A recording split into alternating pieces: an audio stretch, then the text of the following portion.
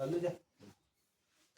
पहले education platform पर सभी विद्यार्थियों का स्वागत है। जो भी विद्यार्थी इस चैनल को देखने वाले हैं वो पहले चैनल को सब्सक्राइब करें, लाइक करें, शेयर करें। आज आपको बताया जाएगा जो भू संचलन यानी कि जो अर्थ अर्थ का जो मूवमेंट है उसके बारे में आपको बताया जाएगा, जिसमें जो अर्थ का जो मूवमेंट है वो दो प्रकार से होता है। एक तो अंतर्जातीय बल है, दूसरा है बहिर्जातीय बल है। जिसमें है बहिर्जातीय बल है उसके अंदर उसको भी दो भागों में विभाजित करते हैं। उसको एक तो है उसमें अनाच्छादन है, दूसरा है सामूहिक स्थानांतरण। अनाच्छादन को अंग्रेजी की भाषा में डेनुडेशन बोलते हैं और सामूहिक स्थानांतरण को मास मूवमेंट बोलते हैं। तो अब क्या होता है कि जो अनाच्छादन है वो उसके भी दो प्रकार होते हैं। अनाच्छादन है उसके भी दो प्रकार होते हैं। एक तो है अपक्षय होता है, दूसरा है अपवर्तन होता है। जो अपक्षय है वो भी तीन प्रकार के होते हैं, जिसमें है जैविक अपक्षय है, भौतिक अपक्षय है और रासायनिक अपक्षय है। इसके साथ में जो अपवर्तन है वो उसके भी बहुत सारे प्रकार हैं, तो उनके बारे में आप लोगों को बताया जाएगा। और फिर बाद में बताया ये मास जो मास मूवमेंट में क्या, मास मूवमेंट में ऐसा होता है कि एक जो जो एक पहाड़ी क्षेत्र है या पर्वतीय क्षेत्र है, वहां पर अचानक गुरुत्वाकर्षण शक्ति के माध्यम से गुरुत्वाकर्षण बल के माध्यम से तो पहाड़ का जो ऊपर वाला भाग है अचानक ढह जाए या धीरे धीरे ढहता रहे या धीरे धीरे खिसक के नीचे आ जाए। इस प्रकार से जो होने वाली क्रिया है वो सामूहिक स्थानांतरण कहलाती है। इसमें क्या होता है कि जो ये ऊपर वाला जो भाग है, जैसे ये डायग्राम देखो आप, सामूहिक स्थानांतरण ये चट्टान है और चट्टान का जो ऊपर वाला भाग है, ये वाला भाग है, ये धीरे धीरे क्या होगा नीचे की तरफ खिसकता जाएगा और नीचे की तरफ खिसकेगा। तो ये वाले जो खिसकने की जो किसके कारण होगा, ये गुरुत्वाकर्षण बल के कारण होगा और चट्टान नीचे की ओर गमन करने लग जाएगी। तो जो मलबा इकट्ठा होगा वो होता है उसको टाल्स कहा जाता है। और जो चट्टानी टाल्स होता है और इससे जो बनने वाला जो संकुचन की मलबा आएगा या जो चट्टाने आएगी तो उनसे एक नई आकृति का निर्माण होगा जिसको टाल्स शंकु के नाम से जाना जाता है। ये चट्टानी टुकड़े हैं, यहाँ पर छोटे छोटे चट्टानी टुकड़े, बड़े टुकड़े भी हो सकते हैं। इसी को ही सामूहिक स्थानांतरण कहते हैं। इनकी एक साथ है तो पर्वतीय क्षेत्र से है वो एक साथ मलबा हो सकता है या तो एक साथ चट्टाने है या धीरे धीरे है वो चट्टाने पियन की 10 खूब बहुत सारी चट्टाने हैं एक साथ आएगी और वो धीरे धीरे आएगी या तीव्र गति से भी आ सकते हैं। तो इस प्रकार की जो प्रक्रिया होती है इनकी मूवमेंट होता है तो उसको सामूहिक स्थानांतरण के नाम से जाना जाता है। आइए हम पढ़ते हैं इसके बारे में। भू संतुलन, इसको अर्थ मूवमेंट अंग्रेजी की भाषा में अर्थ मूवमेंट कहा जाता है, जिसके दो प्रकार हैं। एक तो अंतर्जात बल है, दूसरा है बहिर्जात बल है। बहिर्जात बल भी दो प्रकार के होते हैं। अनाच्छादन, इसको डेन्यूडेशन के नाम से जाना जाता है, और जिसको दूसरा है सामूहिक स्थानांतरण मास मूवमेंट। अब अपक्षय है, अनाच्छादन के दो प्रकार हैं, अपक्षय है और दूसरा है अपवर्तन। अपक्षय भी तीन प्रकार का होता है, जैविक अपक्षय, भौतिक अपक्षय और रासायनिक अपक्षय। जो जैविक अपक्षय वो उसमें है, वो उसमें तीन होते हैं, पेड़ पौधे, जीव जंतु और मनुष्य। जो भौतिक अपक्षय है उसमें जो मुख्य भाग जो अपनी भूमिका निभाने वाले होते हैं ताप है, जल, ताप, पाला और दाब। और रासायनिक जो अपक्षय है उसमें ऑक्सीकरण, कार्बोनेशन, हाइड्रेशन, डिसिलिकेशन और गोलन, इनके कारण है रासायनिक अपक्षय होता है।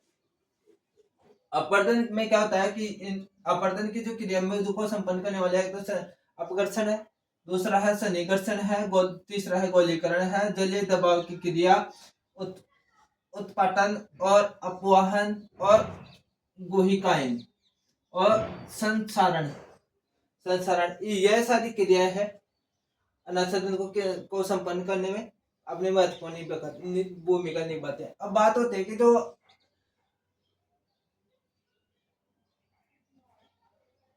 बहिर्जात बल क्या होता है। अब बहिर्जात बल यह होता है कि जो एक पृथ्वी पर जो उपस्थित जो भी चट्टाने हैं उनके अंदर बाह्य क्रियाओं के द्वारा बल लगना या बाह्य क्रियाओं के द्वारा उनमें मूवमेंट करना या उनमें किसी न किसी प्रकार से बाह्य क्रियाओं का महत्वपूर्ण भूमिका होना। जैसे कोई कोई पर्वत, जैसे कोई चट्टान है, जो अगर कोई चट्टान है तो वो एक जगह पर स्थित है, तो वहां पर क्या होगा कि उसके ऊपर दिन के समय धूप गिरेगी और रात को समय वो ठंडी हो जाएगी। तो दिन के समय धूप गिरेगी तो क्या होगा कि वो फैलेगी और रात के समय सिकुड़ेगी, तो उसमें उसमें क्या होगा, उसमें चटकन पैदा हो जाएगी।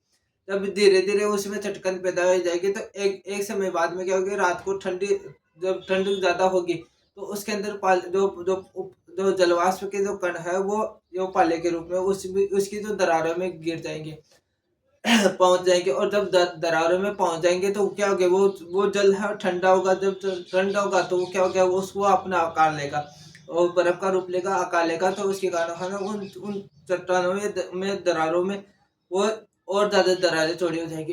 फिर बाद में ये लगातार ये सारा सिस्टम लगातार चलता रहेगा, जिसके कारण है ना ये ये अपने अब ये अपनी क्रियाओं को संपन्न करता है। उसके बाद अनासाधन में क्या, अनासाधन में ये होता है कि ये सब चीजें ऐसी होती है। अपक्ष में क्या होता है कि अनासाधन में जो वस्तुएं वो जो है वह एक स्थान से दूसरे स्थान पर भी जा सकते हैं या खुद अपने स्थान पर।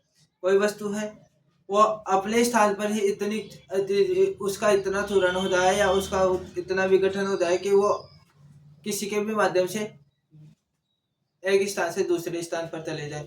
अब अनासाधन में दो प्रकार होते हैं, जिसमें एक होता है अपस्य और दूसरा होता है अपरदन।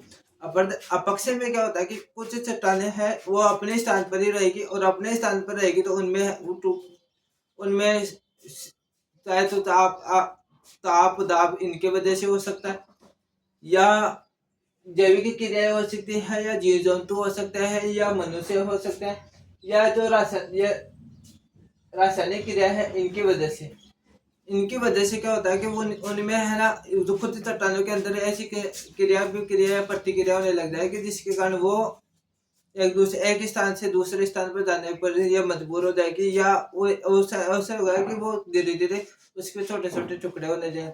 कई बार ऐसा होता है कि कुछ क्षेत्रों में अगर जहाँ पर लोहा ऑक्साइड की जो आयरन ऑक्साइड की जो मात्रा अधिक है, वहां पर वहां पर जो चट्टानों के अंदर अगर आयरन ऑक्साइड की मात्रा अधिक है तो वहां पर जल गिरेगा, और जल गिरेगा तो क्या होगा कि वो आयरन ऑक्साइड से क्रिया करेगा, और जिसके कारण वो जो जल है वो भी रेड कलर का दिखाई देने लग जाएगा।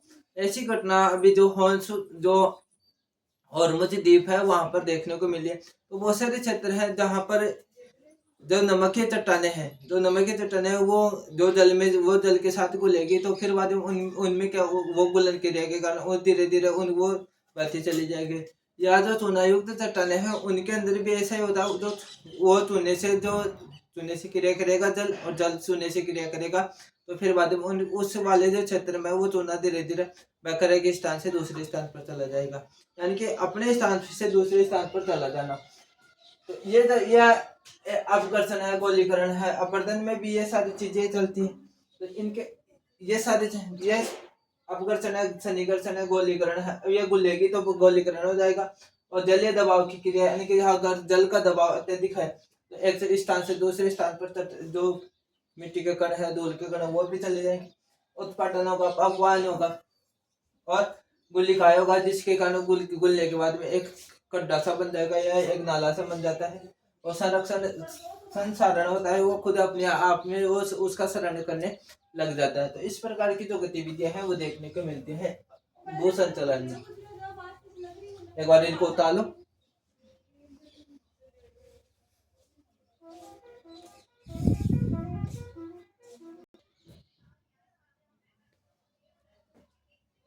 अनाच्छादन यानी कि डी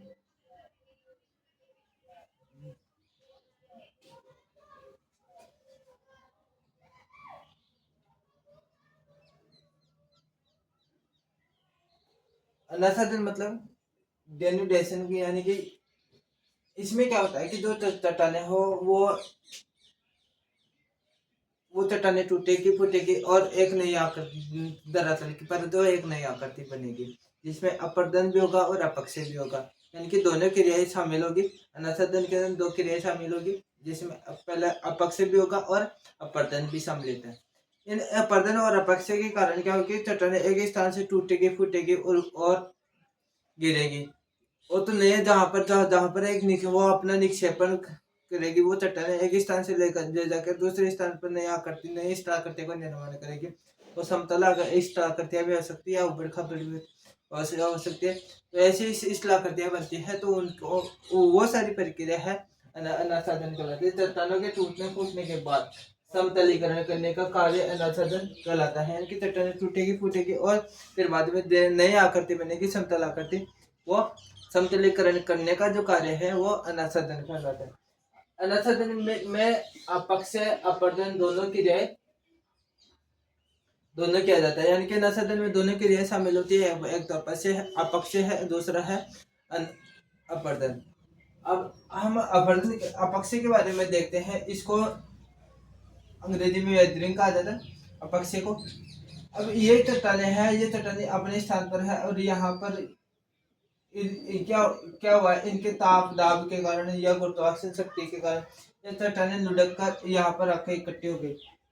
दोनों ये यहाँ पर ये लुढ़कती रही और धीरे धीरे इनमें जिसको हम भूसंकलन बोलते हैं पर्वतीय क्षेत्रों से, तो यहाँ पर इकट्ठी हो गई। तो इस प्रकार की जो क्रिया होती है उसको स्थैतिक क्रिया के नाम से जाना जाता है और अपक्षय कहा जाता है। चट्टानों का टूटना, अपने स्थान पर ही चट्टानें टूट रही है, इसमें गति शामिल नहीं होती है। इस प्रकार की जो प्रक्रिया होती है उसमें अपक्षय में गति शामिल नहीं होती है। ये आप लोगों को विशेष याद रखना।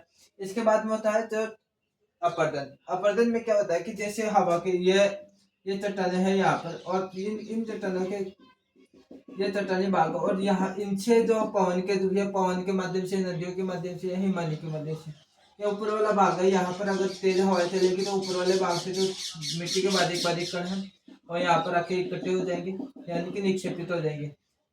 एक स्थान से दूसरे स्थान पर आकर इकट्ठा होना या गिरना वो निक्षेपण कहलाता है। यह यहाँ से प्रारंभ होते हैं। उड़ना है नदियों के द्वारा है, पवन के द्वारा है या हिमानी के द्वारा।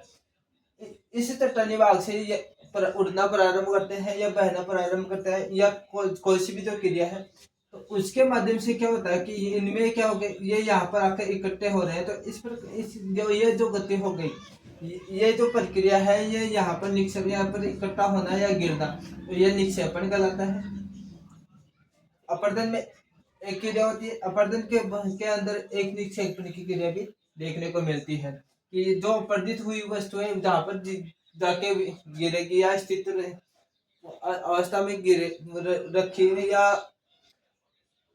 देखने को मिलेगी, तो वो जो क्रिया है वो निक्षेपण की क्रिया होगी। अब ये जो अपर्दन की जो क्रिया है उसमें गति महत्वपूर्ण है, क्योंकि बिना गति के तो कोई अपर्दन की क्रिया हो ही नहीं सकती। दूसरा है गति, यह गतिशील प्रक्रिया है, यानी कि जो यह प्रक्रिया है यह गतिशील है और यह पवन के द्वारा परिवहन। अब जो ये डायग्राम दिखाता है यह पवन के द्वारा, कि तेज हवाई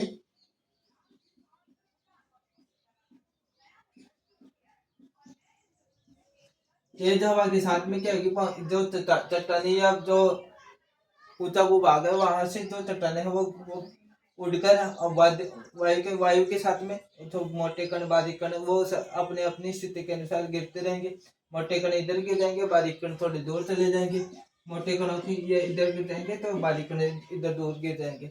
ऐसी स्थिति होगी। और जो पानी के द्वारा परिवहन है नदियों के द्वारा, नदियों में भी क्या होता है कि जैसे जैसे जैसे नदियां बहती है तो जो मोटे शिलाखंड है वो पर्वतीय क्षेत्र के पास में रह जाते हैं और फिर बाद में फिर जो बारीकी कण मिट्टी वाले कण है वो डेल्टा नदी का जो समुद्री डेल्टा है, जैसे गंगा नदी, यमुना नदी, ब्रह्मपुत्र नदी, इनका जो डेल्टा क्षेत्र है वहां पर जो पंख नुमा जो आकृति बनती है या डेल्टा नुमा आकृति बनती है, तो वहां